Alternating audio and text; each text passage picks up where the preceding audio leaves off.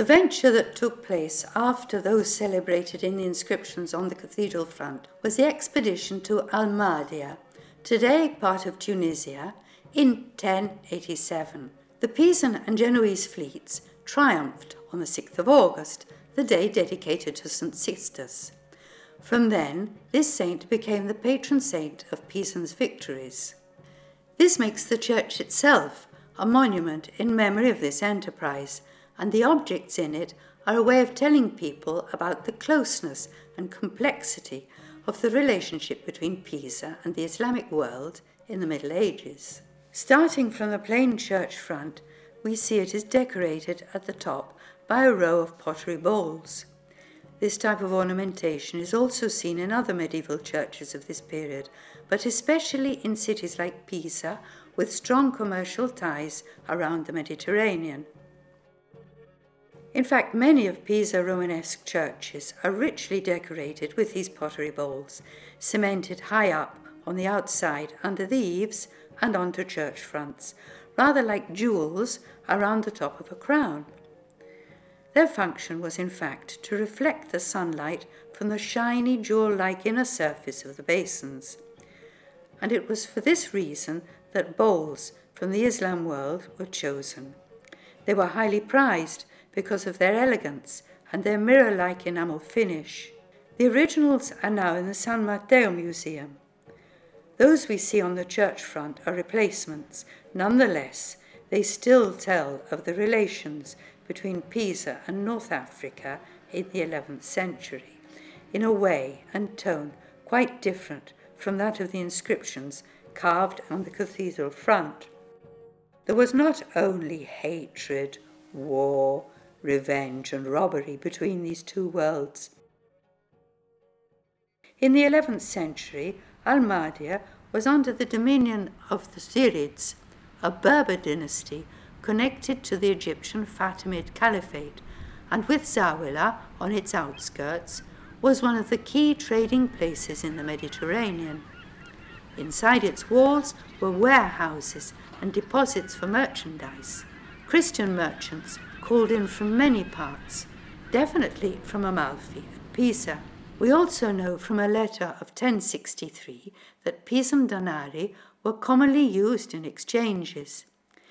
It was through these, we must presume mainly peaceful exchanges, that huge amounts of merchandise from North Africa reached Pisa, and among the goods were the pottery basins used to decorate the church of S.Sisto and other churches in the city, as well as to adorn the tables of the richer households.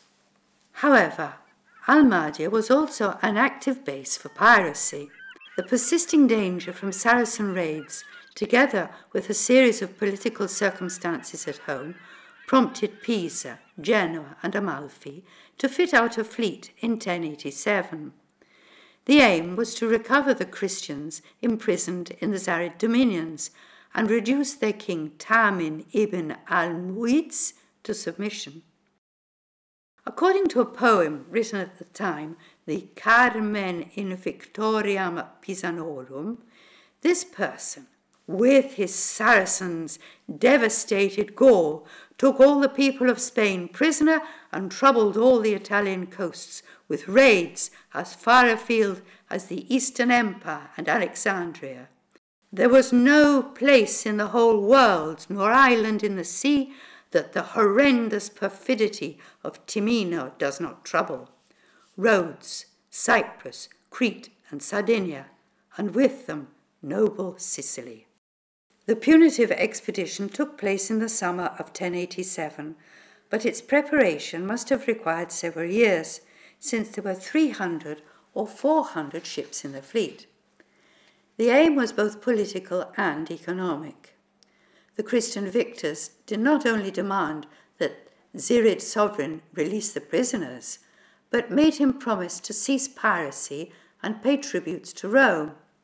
Moreover, Pisans and Genoese were to be exempt from customs duties, and he was to pay heavy compensation. The plunder was partly used to build the church of S.Sisto, the victory having been on this saint's day, and some of it went towards continuing the construction of the cathedral.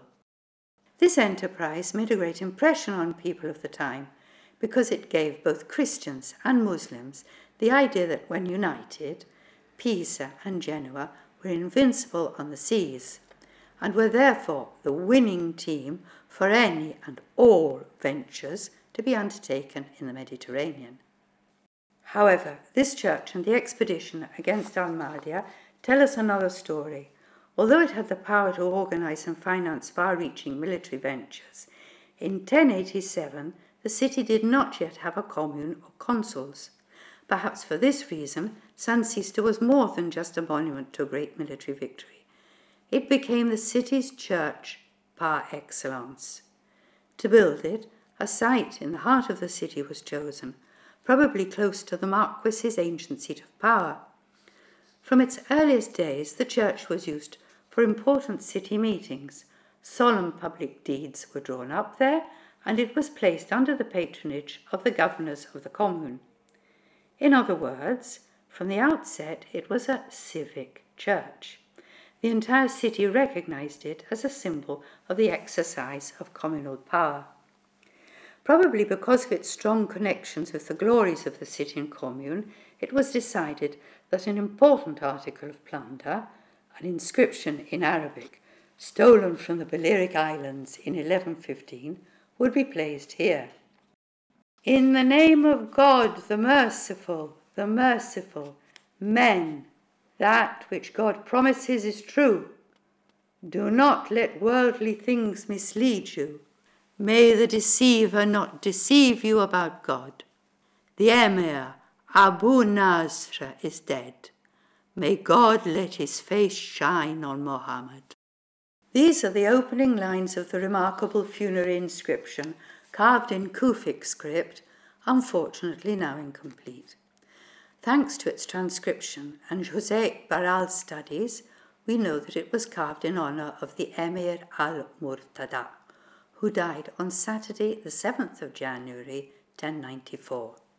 Since the Pisan venture to the Balearic Islands took place between 1113 and 1115, the emir was definitely not killed by the Pisans. The stone was stolen as plunder from the war after Pisa's victory and was displayed in public view, as was the custom at the time, above, beside, or inside a sacred building.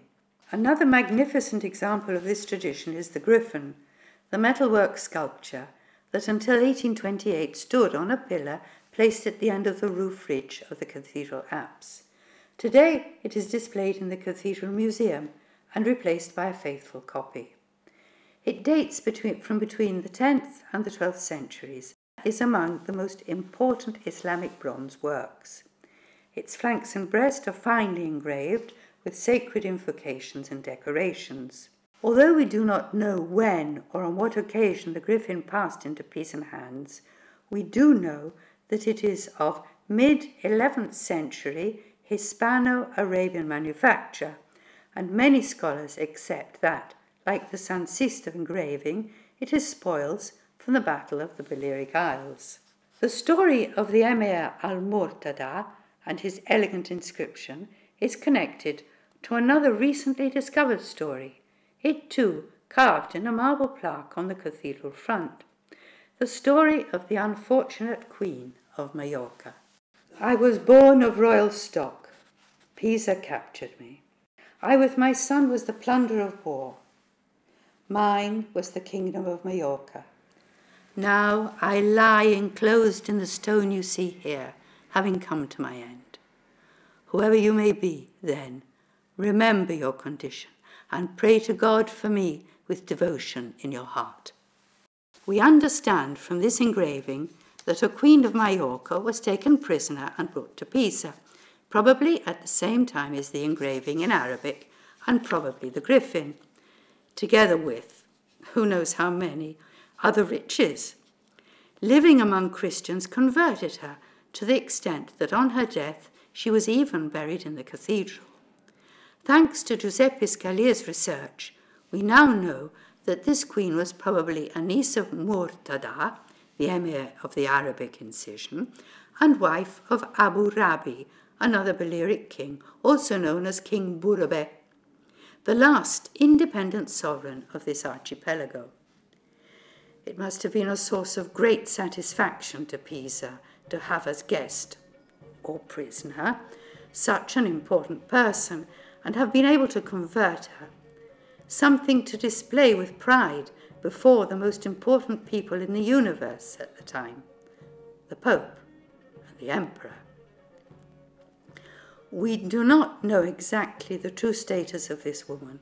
Was she a guest or was she a hostage? Was she honored or humiliated? Like the others, the epitaph on the cathedral front does not tell her story. It only gives us the city's official version as seen by Pisans at the time.